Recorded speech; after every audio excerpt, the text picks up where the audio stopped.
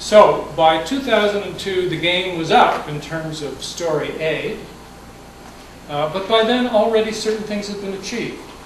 The story had already helped mobilize Americans against Afghanistan, against Iraq, and the USA Patriot Act had made its way through Congress in October with a great deal of assistance from the anthrax scare. And in fact, two of the people targeted by anthrax letters, Senators Daschle and Leahy, both Democratic senators, were in a position to hold up the Patriot Act. They both got letters. Patriot Act went through. So a lot was achieved through these, even though the story had fallen apart within a few months. Now, I'm not going to say too much more about the anthrax thing, except that the FBI found itself in a quandary. What do we do? I mean, our job is obviously damage control in cases like this. It's now clear that this wasn't done by Al-Qaeda and Iraq. We can't hold on to that story anymore. It was an inside job. How do you control the story? You go for the lone nut narrative. The last thing you want to admit is that there is a group nested in the heart of the military-industrial complex in the United States with access to the most secure anthrax, which was in effect, well, not in effect, it was literally a weapon of mass destruction. The United States was attacked with a weapon of mass destruction in the fall of 2001. Who on earth would have access to that? Who had access to Battelle Memorial Institute, Dugway Proving Ground, Fort Detrick? Only people in the very heart of the U.S. military-industrial complex. You don't want to admit that. So you find a rogue person. And you say, well, there are always nuts in any organization. Nothing we can do to control for that. They went through several lone nuts. And finally, in 2008, the FBI settled on Dr. Bruce Ivins, who was a researcher at Fort Detrick who had been working on an anthrax vaccine for many years. He conveniently died, allegedly, of a Tylenol overdose 1 week before the FBI nominated him as the killer. We don't have time to go into why I think that's absurd today, but I would encourage you to read the 92-page Department of Justice document, which is on the internet, in which, no, I don't believe it. No, sorry, I didn't put it here. But you can find it on the internet, in which they give the case for Bruce Ivins as the sole perpetrator. Sorry, don't buy it. And I'll just give you one brief example of why I don't buy it. Dr. Henry Hine was interviewed just about a month and a half, 2 months ago, and he was one of Ivins' supervisors at Fort Detrick, knew a great deal about anthrax and bioweapons and so on. He said in his interview, according to the FBI, Bruce Ivins prepared this anthrax, used in the letters, in about 34 hours that he had spent in the evening at his lab for the few weeks before these events. He said Dr. Hine, that 34 hours is 8,000 hours less. 8,000 hours less than he would have needed to prepare that anthrax. Now, this was clearly a job done by a group of people, and they pretended to be Muslim extremists, and that letter that you saw was complete BS. It wasn't a question of editing or exaggerating, it was a question of sitting down and forging it to frame Muslims. And now WTC. World Trade 1, World Trade 2, and World Trade 7, 3 of the buildings at the World Trade Center. As you know, many of us think these were subjected to controlled demolition. They didn't come down simply because 2 of these buildings were hit by planes. And now, you see, I've told you a little bit about how the state does its actions through the anthrax attack. It tells a good story. It gets the story supported by the mainstream media, which almost inevitably it will be. It has a fallback position, limited hangout position. If the first story crumbles, you go to something like the lone nut. You use the thing right away to get the Patriot Act through or whatever, so that when the story crumbles, you'll still have achieved something. These are what the state does. What do we do? Well, I don't think we do counter-propaganda. I think we tell the truth as well as we can, and we do good research. And you all know what that involves. It involves asking good questions. It involves investigating, looking at evidence, making arguments, formulating hypotheses. What would that look like in the case of our hypothesis, the hypothesis that these buildings were demolished? Well, let's just very briefly run through three major sorts of evidence that we would use and that we have used, okay, to support our hypothesis. The first is photographic and video. The second is eyewitness evidence. And the third is physical evidence. So, series of photographs by Richard Leffen which show pretty clearly forcible ejections from the North Tower during its demise. Can you see them? Where the arrows are showing? This is an example of where we can actually see the results of explosives in the buildings. We have, however, not merely still photographs, but videos. I want you to look down the northwest corner. Look down the corner of the building. Many, many forcible ejections rapidly down the corner. I'm sorry the contrast and so on isn't as good as it should be today. Let me assure you we have taken this video apart frame by frame. We know how fast these ejections are coming, what their acceleration profile is, so on and so forth. This is an example of the use of photographic and video evidence, and this was from mainstream media, this last video, that we used to study the demolition of the towers. The next example is eyewitness evidence. The FBI did not collect eyewitness evidence. The NIST, National Institute of Standards and Technology, did not collect eyewitness evidence. The 9/11 Commission did not collect the eyewitness evidence. So we, in the movement, have had to do it ourselves.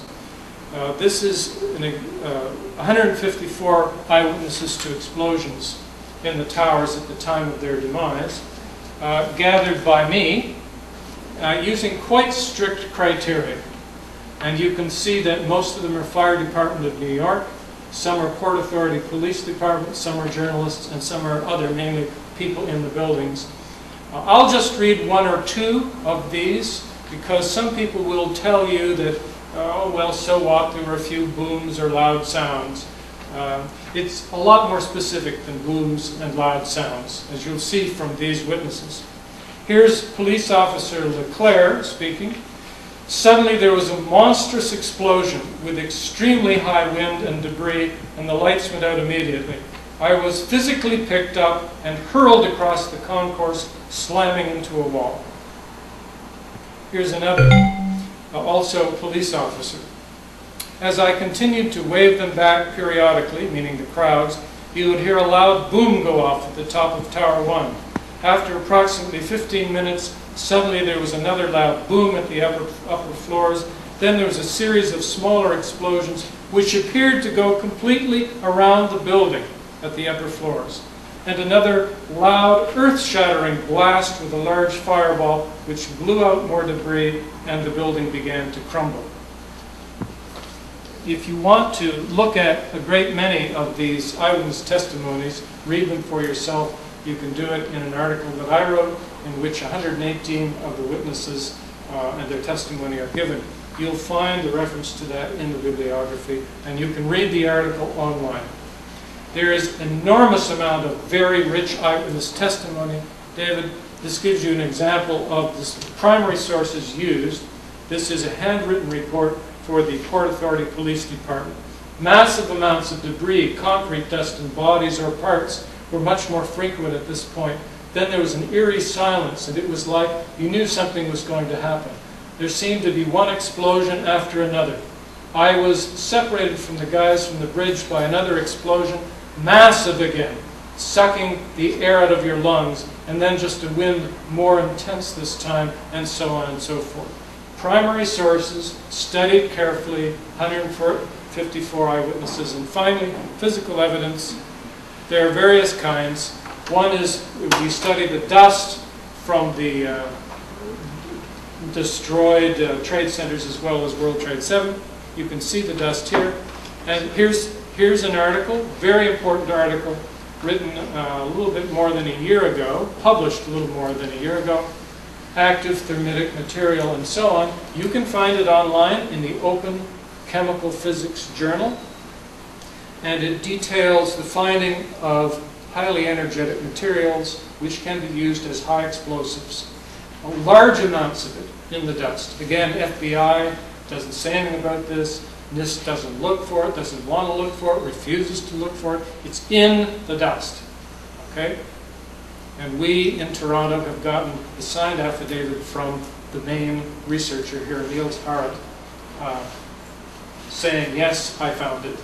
Yes, it has to be this. There's no way of fudging this. And it has enormous implications because it could be used to demolish these buildings.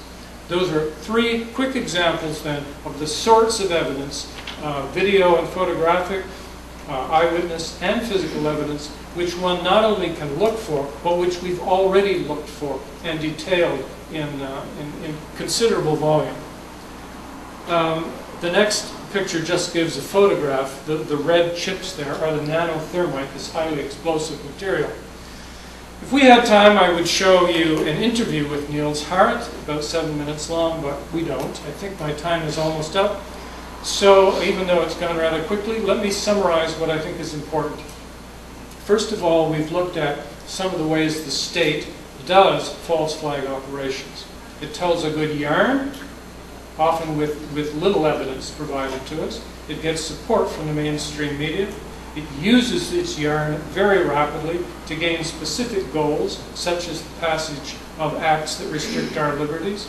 And it generally tries to have a fallback position, a story B, that it can go to limit the damage. When we counteract that, we use research, investigation, integrity, and the search for truth. We use every kind of evidence we can find, we do it rigorously, and then we try to communicate it to each other and to the public. And finally, social movements, progressive social movements need to help each other. And I think the peace movement, the environmental movement, these movements have to stop ostracizing the 9/11 Truth movement and say, you guys have some things to offer that we actually have been sleeping. We've been sleeping a bit on this one. We want to listen to you. Let's get together and work together. And I think I'll stop there. Thank